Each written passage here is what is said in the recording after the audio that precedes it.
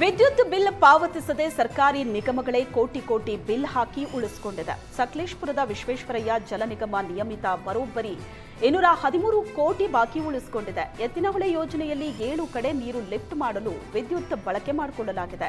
2024ರ ಜೂನ್ನಿಂದ ಇಲ್ಲಿವರೆಗಿನ 213 ಕೋಟಿ ಬಾಕಿ ಇದೆ. ಡಿಸೆಂಬರ್ 16, 2025ರಂದು ಸಕಲೇಶಪುರ ಚೆಸ್ಕಾಂ ನೋಟಿಸ್ ನೀಡಿತ್ತು. 7 ದಿನದ ಒಳಗಾಗಿ ಕರೆಂಟ್ ಬಿಲ್ ಬಾಕಿ ಪಾವತಿಗೆ ಕಾಲಾವಕಾಶ ನೀಡಿದ್ರು. ಆದರೆ ಬಿಲ್ ಪಾವತಿಸಿದ ಹಿನ್ನೆಲೆ ಎತ್ತಿನಹೊಳೆ ಯೋಜನೆಗೆ ಕರೆಂಟ್ ಸಂಪರ್ಕವನ್ನ ಕಟ್ ಮಾಡಲಾಗಿದೆ.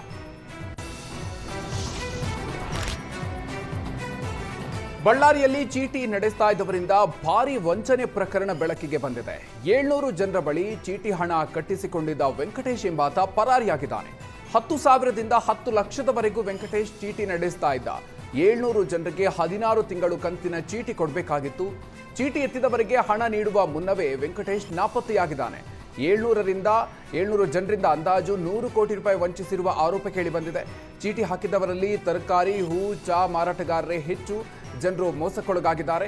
ವಂಚನೆ ಸಂಬಂಧ ಬ್ರೂಸ್ಪೇಟೆ ಠಾಣೆಯಲ್ಲಿ ಪ್ರಕರಣ ದಾಖಲಾಗಿದ್ದು ಆರೋಪಿ ವೆಂಕಟೇಶ್ಗೆ ಪೊಲೀಸರು ಬಲೆ ಬೀಸಿದ್ದಾರೆ. ಅಜ್ಜಿ ಮನೆಯಲ್ಲಿ ಮೊಮ್ಮಗನಿಂದಲೇ ಚಿನ್ನಾಭರಣ ಲೂಟಿಯಾದ ಘಟನೆ ಬೆಂಗಳೂರಿನ ನಂದಿನಿ ಲೇಔಟ್ ಠಾಣಾ ವ್ಯಾಪ್ತಿಯಲ್ಲಿ ಬೆಳಕಿಗೆ ಬಂದಿದೆ. ಅಜ್ಜಿ ಮನೆಯಲ್ಲಿ 14.5 ಲಕ್ಷ ಮೌಲ್ಯದ ಚಿನ್ನಾಭರಣವನ್ನು ಕದ್ದಿದ್ದ ಯಶವಂತನ್ನ ಪೊಲೀಸರು ಬಂಧನ ಮಾಡಿದ್ದಾರೆ. ಈ ಯಶವಂತ್ ಅಜ್ಜಿ ಮನೆಗೆ ಊಟಕ್ಕೆ ಬಂದು ಚಿನ್ನಾಭರಣವನ್ನು ಕದ್ದು ಎಸ್ಕೇಪ್ ಆಗಿದ್ದ. ಗರ್ಭಿಣಿ ಹೆಂಡತಿಯ ಖರ್ಚಿಗಾಗಿ 14.5 ಲಕ್ಷ ಮೌಲ್ಯದ ಚಿನ್ನವನ್ನ ಎಗರಿಸಿದ್ದ. ಕರೆ ಮಾಡಿದ್ರೂ ಯಶವಂತ್ ಕಾಲ್ ರಿಸೀವ್ ಮಾಡಿರಲಿಲ್ಲ. ನಂದಿನಿ ಲೇಔಟ್ ಠಾಣೆಯಲ್ಲಿ ಮೊಮ್ಮಗನ ವಿರುದ್ಧ ಅಜ್ಜಿ ದೂರನ್ನ ದಾಖಲಿಸಿದ್ರು. ಪೊಲೀಸರು ಆರೋಪಿ ಯಶವಂತನನ್ನ ಈಗ ಬಂಧಿಸಿದ್ದಾರೆ. ರಾಜ್ಯದ ಹಲವು ಭಾಗಗಳಲ್ಲಿ ಸರ್ಕಾರಿ ಶಾಲೆಗಳನ್ನ ಜನ ದುರ್ಬಳಕೆ ಮಾಡಿಕೊಳ್ತಾ ಇದ್ದಾರೆ. ಚಿಕ್ಕಮಗಳೂರಿನಲ್ಲಿ ಸರ್ಕಾರಿ ಶಾಲೆಗಳ ಆವರಣದಲ್ಲೇ ಕಾಫಿ ಒಣಗಿಸಲಾಗ್ತಾ ಇದೆ. ಮೂಡಿಗೆರೆ ತಾಲೂಕಿನ ಬೆಟ್ಟಗೆರೆ ಗ್ರಾಮದ ಶಾಲೆಯನ್ನ ದುರ್ಬಳಕೆ ಮಾಡಿಕೊಳ್ತಾ ಇದ್ದಾರೆ. ಖಾಸಗಿಯಾಗಿ ಶಾಲೆ ಕ್ರೀಡಾಂಗಣ ಬಳಕೆ ಮಾಡದಂತೆ ಆದೇಶವಿದ್ರೂ ಪ್ರಭಾವಿಗಳು ತಲೆಕೆಡಿಸಿಕೊಳ್ತಾ ಇಲ್ಲ. ಪ್ರಭಾವಿ ಅನ್ನೋ ಕಾರಣಕ್ಕೆ ಶಾಲೆಯ ಮುಖ್ಯೋಪಾಧ್ಯಾಯರು ಸೈಲೆಂಟ್ ಆಗಿರುವ ಆರೋಪ ಕೇಳಿಬಂದಿದೆ. ಎಲ್ಲರೂ ಕಾಫಿ ಒಣ ಹಾಕಿದ್ರೆ ಮಕ್ಕಳು ಎಲ್ಲಿ ಆಡಬೇಕು ಅಂತ ಸ್ಥಳೀಯರು ಪ್ರಶ್ನೆ ಮಾಡ್ತಿದ್ದಾರೆ.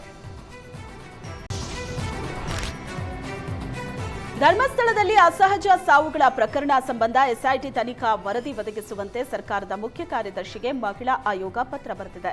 ಎಸ್ಐಟಿಯಿಂದ ಇಲ್ಲಿವರೆಗಿನ ನಡೆದ ತನಿಖಾ ವರದಿ ಮತ್ತು ಪ್ರಗತಿ ವಿವರಗಳನ್ನು ಆಯೋಗಕ್ಕೆ ಒದಗಿಸುವಂತೆ ಆಗ್ರಹಿಸಿದೆ. ಮಹಿಳೆಯರು ಮತ್ತು ಯುವತಿಯರ ನಾಪತ್ತೆ, ಅತ್ಯಾಚಾರ, ಕೊಲೆ ಪ್ರಕರಣಗಳು ಮತ್ತು ಅಸಹಜ ಸಾವುಗಳ ಕುರಿತು ಎಸ್ಐಟಿ ಸಮಗ್ರ ತನಿಖೆಯನ್ನ ಕೈಗೊಂಡಿತ್ತು. ಆದರೆ ಯಾವುದೇ ಅಧಿಕೃತ ಮಾಹಿತಿ ಮಹಿಳಾ ಆಯೋಗದಲ್ಲಿ ಸ್ವೀಕೃತವಾಗಿರುವುದಿಲ್ಲ. ಅಸಹಜ ಸಾವಿನ ತನಿಖೆಯ ವರದಿಯನ್ನ ನೀಡುವಂತೆ ಮಹಿಳಾ ಆಯೋಗದ ಅಧ್ಯಕ್ಷೆ ನಾಗಲಕ್ಷ್ಮಿ ಚೌಧರಿ ಆಗ್ರಹಿಸಿದ್ದಾರೆ.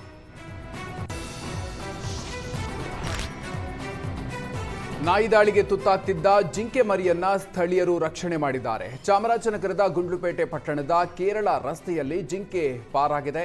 ಆಹಾರ ಅರಸಿಕೊಂಡು ಜಿಂಕೆ ಗ್ರಾಮಗಳತ್ತ ಬಂದಿತ್ತು. ಜಿಂಕೆ ನೋಡ್ತಿದ್ದಂತೆ ನಾಯಿಗಳ ಗುಂಪು ಬೆನ್ನಿ ಬಿದ್ದಿದ್ವು.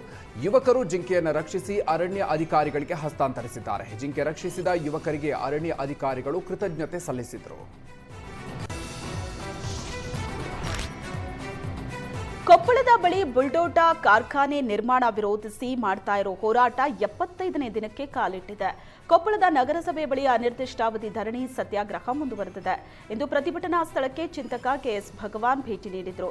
ವೇದಿಕೆ ಮೇಲೆ ಬಂದ ಭಗವಾನ್ ಕಾರ್ಖಾನೆಯಿಂದ ಹಾಳಾಗಿರೋ ಮೆಕ್ಕೆಜೋಳ ತೆನೆಯನ್ನ ಪ್ರದರ್ಶಿಸಿದ್ರು.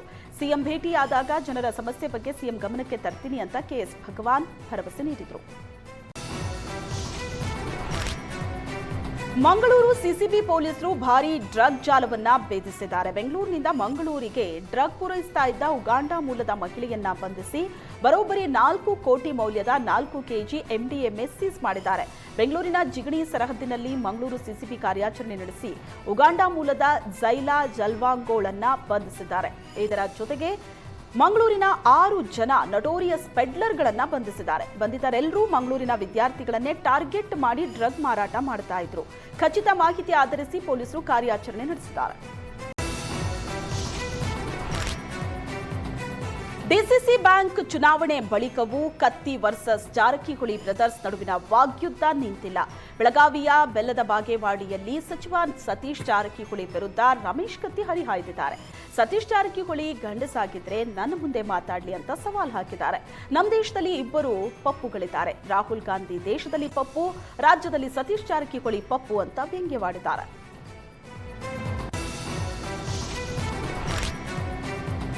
ನಟ ಯಶ್ ಬರ್ತ್ಡೇ ಪ್ರಯುಕ್ತ ರಸ್ತೆಗೆ ಬ್ಯಾನರ್ ಹಾಕಿದ್ದಕ್ಕೆ ಎಫ್ಐಆರ್ ದಾಖಲಾಗಿದೆ. ಬೆಂಗಳೂರಿನ ಗಾಲ್ಫ್ ಕ್ಲಬ್ ಮುಂದೆ ಇರುವ ಯಶ್ ನಿವಾಸ ರಸ್ತೆಯಲ್ಲಿ ಬ್ಯಾನರ್ ಹಾಕಲಾಗಿತ್ತು. ರಸ್ತೆಯಲ್ಲೇ ಸಾಕಷ್ಟು ಫ್ಲೆಕ್ಸ್ ಮತ್ತು ಬ್ಯಾನರ್ ಹಾಕಲಾಗಿತ್ತು.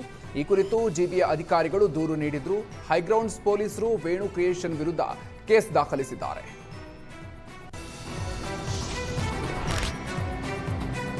ಗದಗ ಜಿಲ್ಲೆಯ ಲಕ್ಕುಂಡಿಯಲ್ಲಿ ಸಿಕ್ಕಿರೋದು ನಿಧಿ. ಇದು ಪೂರ್ವಜರ ಆಸ್ತಿ ಅಲ್ಲ ಅಂತ ಪುರಾತತ್ವ ಇಲಾಖೆಯ ನಿರ್ದೇಶಕ ಡಾಕ್ಟರ್ ಆರ್ ಶೇಜೇಶ್ವರ್ ಸ್ಪಷ್ಟನೆ ನೀಡಿದ್ದಾರೆ.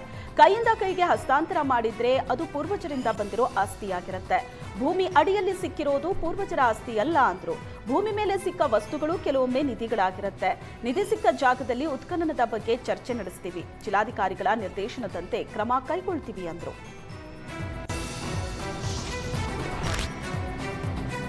ಗದಗದ ಲಕ್ಕುಂಡಿಯಲ್ಲಿ ಚಿನ್ನದ ನಿಧಿ ಪತ್ತೆ ಪ್ರಕರಣಕ್ಕೆ ಟ್ವಿಸ್ಟ್ ಸಿಕ್ಕಿದೆ. ಚಿನ್ನದ ನಿಧಿ ವಿಚಾರದಲ್ಲಿ ರಾಜ್ಯ ಸರ್ಕಾರವನ್ನೇ ಯಾಮಾರಿಸಿದ್ರ ಅನ್ನೋ ಅನುಮಾನ ಮೂಡಿದೆ. ಚಿನ್ನದ ನಿಧಿಯಲ್ಲಿ ಕಳ್ಳತನ ಆಗಿರೋ ಬಗ್ಗೆ ಕುಟುಂಬಸ್ಥರು ಅನುಮಾನ ವ್ಯಕ್ತಪಡಿಸಿದ್ದಾರೆ. ಚಿನ್ನದ ನಿಧಿ ಕಳ್ಳತನ ಆಗಿದೆ ಅಂತ ಪ್ರಜ್ವಲ್ನ ಚಿಕ್ಕಪ್ಪ ಆರೋಪವನ್ನ ಮಾಡಿದ್ದಾರೆ. ಚಿನ್ನ ಸಿಕ್ಕ ಬಳಿಕ ಗ್ರಾಮ ಪಂಚಾಯತ್ ಸದಸ್ಯೆ ಮನೆಗೆ ಚಿನ್ನವನ್ನ ತೆಗೆದುಕೊಂಡು ಹೋಗಿದ್ಯಾಕೆ ಅಂತ ಗ್ರಾಮ ಪಂಚಾಯತ್ ಸದಸ್ಯೆ ರಜಿಯಾ ಬೇಗಂ ವಿರುದ್ಧ ಚಿನ್ನದ ನಿಧಿ ಕಳ್ಳತನ ಆರೋಪ ಮಾಡಲಾಗಿದೆ. ಚಿನ್ನ ಕದ್ದಿರುವ ಬಗ್ಗೆ ತನಿಖೆ ಮಾಡಿಸಿ ಅಂತ ಮೌನೇಶ್ವರ ರೆತ್ತಿ ಒತ್ತಾಯವನ್ನ ಮಾಡಿದ್ದಾರೆ.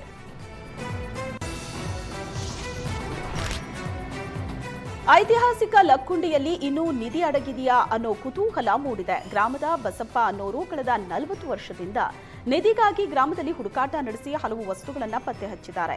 ಇಲ್ಲಿವರೆಗೆ ಸಂಗ್ರಹಿಸಿದ್ದ ಹಳೆಕಾಲದ ಆಭರಣಗಳನ್ನು ಪುರಾತತ್ವ ಇಲಾಖೆಗೆ ಹಸ್ತಾಂತರ ಮಾಡಿದ್ದಾರೆ. ಮುತ್ತು, ಹವಳ, ನೀಲಮಣಿ, ಸ್ಫಟಿಕ, ಬಿಳಿ ಹವಳ, ಕರಿಪುಕ್ಕ ಸೇರಿದಂತೆ ಹಲವು ವಸ್ತುಗಳು ಸಿಕ್ಕಿದೆ. ಮಳೆ ಬಂದಾಗ ಗ್ರಾಮದಲ್ಲಿ ಬಸಪ್ಪ ಶೋಧ ಮಾಡ್ತಾ ಇದ್ರಂತೆ. ಸಿಕ್ಕ ವಸ್ತುಗಳನ್ನು ಬಸಪ್ಪ ಸರ್ಕಾರಕ್ಕೆ ಹಸ್ತಾಂತರ ಮಾಡಿದ್ದಾರೆ.